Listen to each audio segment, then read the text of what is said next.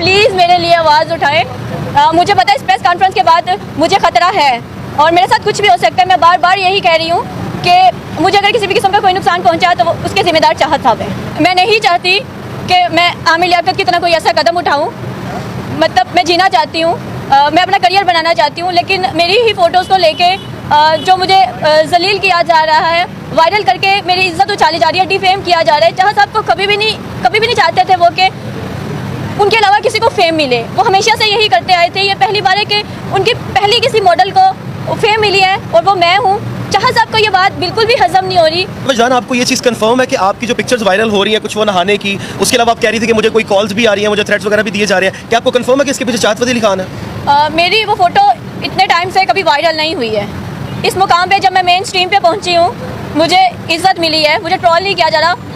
वहाँ पे आके मेरी तस्वीर का ऐसे वायरल होना और बदोबदी के साथ अटैच करके चाहत साहब के साथ मेरा एक रिलेशन निकालना, तो इसके पीछे कोई भी समझ सकता है कि चाहत साहब ही है। मैं हमेशा से चुप थी, मैं डरी हुई थी अंदर से, और अभी भी मैं बहुत ज़्यादा डरी हुई हूँ और मैं डर सहम के ही ज़िंदगी गुजार रही हूँ।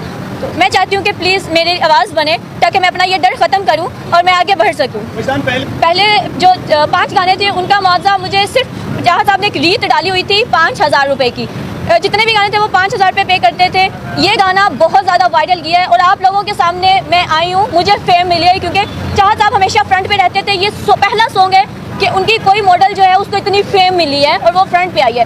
चाहत साहब को ये बात हजम नहीं हो रही थी और ये बात तो है, जब चाहत साहब को भी कहते थे अक्सर कि जब अच्छा अर्न करेंगे तो वो ज़रूर मेरे साथ शेयर करेंगे। अब जब वो 60 से 70 लाख रुपया कमा रहे हैं तो उन्होंने एक बार भी मेरे बारे में सोचा नहीं, बल्कि उल्टा मेरी किरदार कशी शुरू कर दी है। आपको क्या लगता है कि आप वो आपकी इस प्रेस कॉन्फ्रेंस के बाद या आपके इंटरव्यू के बाद आपको आपका हक दे पाएंगे? क्या है कि उन्होंने कहा था कि अगर पैसे आ गए, हमारा सॉन्ग वायरल हो गया तो आप बोल आपके 60-70 लाख कमा चुके हैं, तो क्या आपको कुछ देंगे? आप एक्सपेक्ट करती हैं उनसे? अस्सलाम वालेकुम।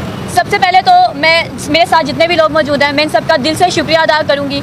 आज से पहले मैं खुद को तन्हा महसूस कर रही थी। आप लोग डिफरेंट प्लेटफॉर्म पे मेरे चेहरे पे हंसी देख रहे थे, मैं गा रही थी, मतलब फ़न कर रही थी, लेकिन मैं अंदर से जितनी सहमी हुई थी, मेरी आवाज़ जो थी इतनी कमज़ोर थी कि मेरे साथ जो कुछ हुआ मैं बोल नहीं पा रही थी। मैं बहुत ज़्यादा सहमी हुई थी और स्ट्रेस का शिकार हो चुकी थी। आज मेरे साथ डॉक्टर साहिबा मौजूद हैं, मेरे सारे साथी मौजूद हैं, तो आज मैं बोलना चाहती हूँ, डंके की चोट पे बोलना चाहती हूँ, जो मेरे साथ जुल्म हुआ, मेरे साथ ज़्यादती हो रही है, मेरी इज़्ज़त उछाली जा रही है। चाहत साहब के साथ मैंने 6 गानों में काम किया। 4 गाने मैंने उन्हें तब भेजे वीडियो बना के जब वो लंदन में थे और वो मुआवजे के नाम पे मुझे कुछ नहीं देते थे। मेरे दोस्तों के शर्म दिलाने पे उन्होंने मुझे 20,000 रुपये 4 गानों के दिए। मैं चुप कर गई कि एक टैक्सी ड्राइवर से मैं क्या डिमांड करूँगी। फिर वो पाकिस्तान में आए, ये मेरा ज़र्फ था। मैंने उन्हें एयरपोर्ट से रिसीव किया, मेरे घर पे वो 25 दिन रह के गए। 65 ईयर ओल्ड हैं, मेरे लिए वो मेरे बाप की तरह, मेरे दादा की तरह, एक उन्हें फैमिली मेम्बर की तरह हमने उन्हें ट्रीट किया और बहुत इज्जत के साथ वो हमारे घर पे रह के गए। उसके बाद रमज़ान में उन्होंने मुझे मैसेज किया कि वजदान हमने ईद का एक गाना फिल्माना है। मैं नहीं राज़ी थी दिल से, लेकिन मैंने कहा कि चले उम्र के इस हिस्से में अगर इन्हें थोड़ा सा कमाने का मौका मिलता है तो मेरे ख्याल से मुझे भी थोड़ा कंट्रीब्यूट कर देना चाहिए, इनका साथ दे देना चाहिए। गाना हमने फिल्माया, गाना रिलीज़ हुआ। हमारी उम्मीद से ज़्यादा ये गाना वायरल हुआ, न सिर्फ पाकिस्तान में, इंडिया में, बांग्लादेश में, यूके में, हर जगह पे बदोबदी ही छिड़ गया।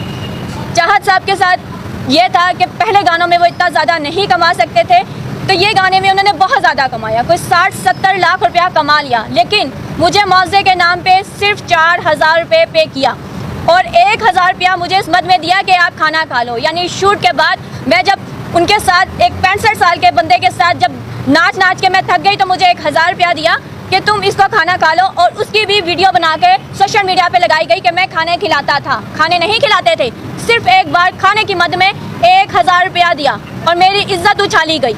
इसी पे बस नहीं किया, उन्होंने मुझसे रब्ता किया और मेरे साथ सख्त लहजे में भी उन्होंने बात की। मैं फिर चुप रही कि उनकी उम्र इतनी है कि मुझे उनकी इज्जत करनी चाहिए। मैं मुख्तलिफ प्लेटफॉर्म पे भी हमेशा उनका लिहाज करती रही, चुप रही, मैं अपने खिलाफ होने वाली बातें सुनती रही। मेरी बर्दाश्त ख़त्म हो चुकी है और मैं अब सबको बताना चाहती हूँ कि इन्होंने मेरे साथ क्या किया है। मामला और पानी जो था वो सर से बहुत ऊपर जा चुका है।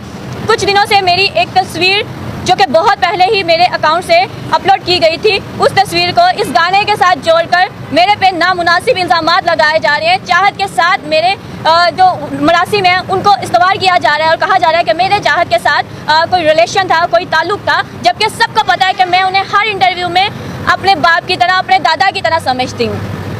और उन नामुनासिब वीडियो फ़ोटोज़ की वजह से, जो कि बहुत पुरानी थी और मेरे ही कैमरे से उतरी थी, चाहत साहब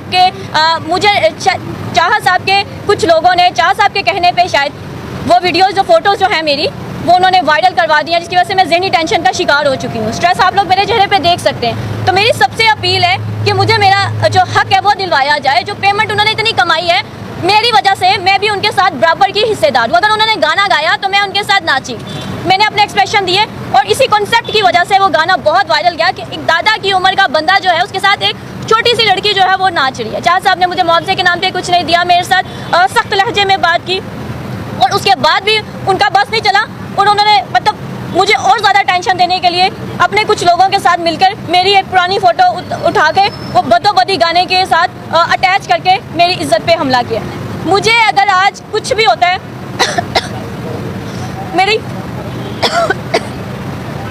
मुझे या मेरी फैमिली को किसी भी किस्म का कोई भी नुकसान पहुंचता है, मैं पहले भी बता चुकी हूँ, आज फिर बताती हूँ, इस चीज़ के ज़िम्मेदार चाहत फ़तेह अली ख़ान है।